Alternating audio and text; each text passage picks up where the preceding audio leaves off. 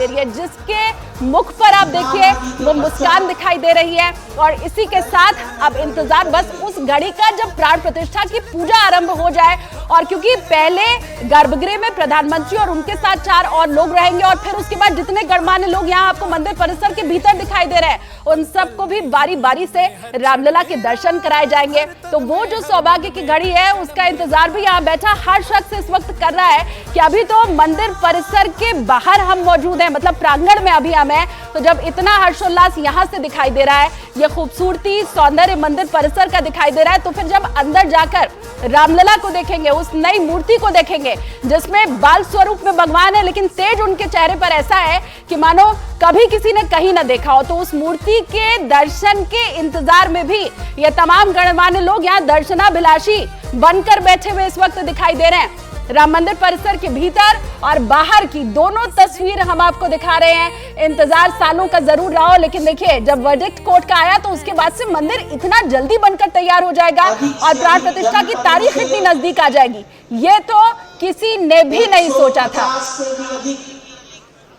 उपासना पद्धति गुरु परंपराओं से, और ये सीधी तस्वीरें इस वक्त मंदिर परिसर के अंदर से आपको दिखा रहे हैं। रिलायंस इंडस्ट्रीज लिमिटेड के सीएमडी मुकेश अंबानी आपको अंदर दिखाई दे रहे हैं। नीता अंबानी उनकी धर्मपत्नी उनके साथ भीतर इस वक्त सचिन तेंदुलकर साथ में खड़े हुए आपको दिखाई दे रहे हैं। तो मंदिर परिसर के अंदर इस वक्त मुकेश अंबानी, नीता अंबानी और हर कोई अब बस प्रभु श्री राम को देखने के लिए, उनके दर्शन के लिए ही यहाँ पहुंचा हुआ है, मौजूद है। सबसे अग्रिम पंक्ति में आपको मुकेश अंबानी बैठते हुए दिखाई दे रहे हैं।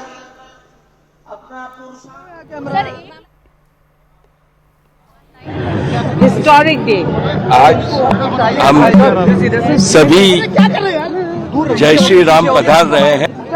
सर एक लाइन प्रभु Shri Ram sir, historic day आज हम सभी जय श्री राम पधार रहे हैं।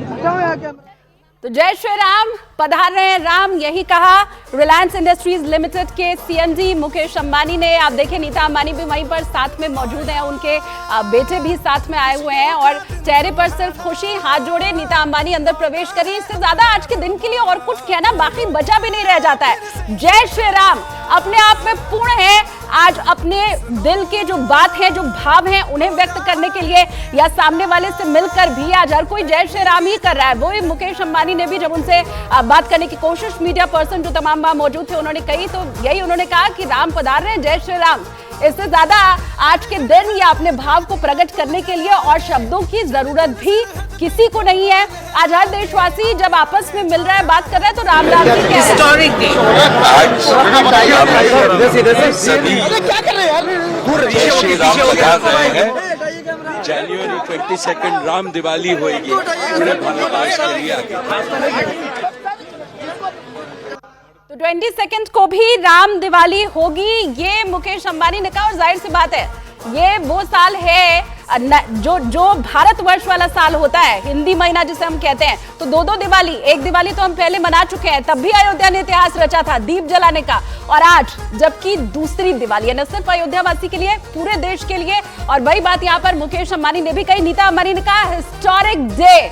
जाहिर सी बात है, ऐतिहासिक दिन आज का, और हर कोई आज की तारीख को याद रखेगा, क्योंकि आज के बाद वो जो नवीन युग की शुरुआत है, जैसा मैं बार बार कह रही हूँ, तो शायद अब हर साल भारतवासी 2 ही दिवाली मनाएंगे, क्योंकि पहली दिवाली तो वो थी जब त्रेता युग में प्रभु श्री राम अयोध्या पधारे थे। उस वक्त 14 साल का इंतजार लोगों के मन में था और आंखों में आंसू थे जब प्रभु श्री राम को अपने बीच में पाया, और ये 550 साल के इंतजार के बाद प्रभु श्री राम पधारे हैं। तो जाहिर सी बात है, दिवाली वैसी ही होनी चाहिए, त्रेता युग वाली, और वही दिवाली आज हर घर में मनती हुई दिखाई देगी। मुकेश अंबानी ने भी इसी बात को दोहराया कि 22 जनवरी को भी दिवाली, जय श्री राम भी उन्होंने कहा। अब ये जरा दूसरी तस्वीर भी देख लीजिए, कैसे हेलीकॉप्टर से पुष्प वर्षा की जा रही है।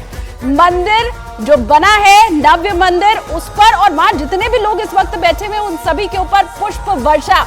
प्रभु श्री राम का जब आगमन हुआ था, तो यही कहते हैं अयोध्या वासी इसी ढंग से फूलों की बारिश उनके ऊपर कर रहे थे। हर गली मोहल्ले से, खिड़कियों से, झरोकों से बस आंख भरकर देख लेना चाहते थे प्रभु श्री राम को, हर कोई उस काल में भी। और वही तस्वीर आज इस काल में दिखाई दे रही है। पूरा अयोध्या राममय हो चुका है, त्रेता युग वाला हो चुका है।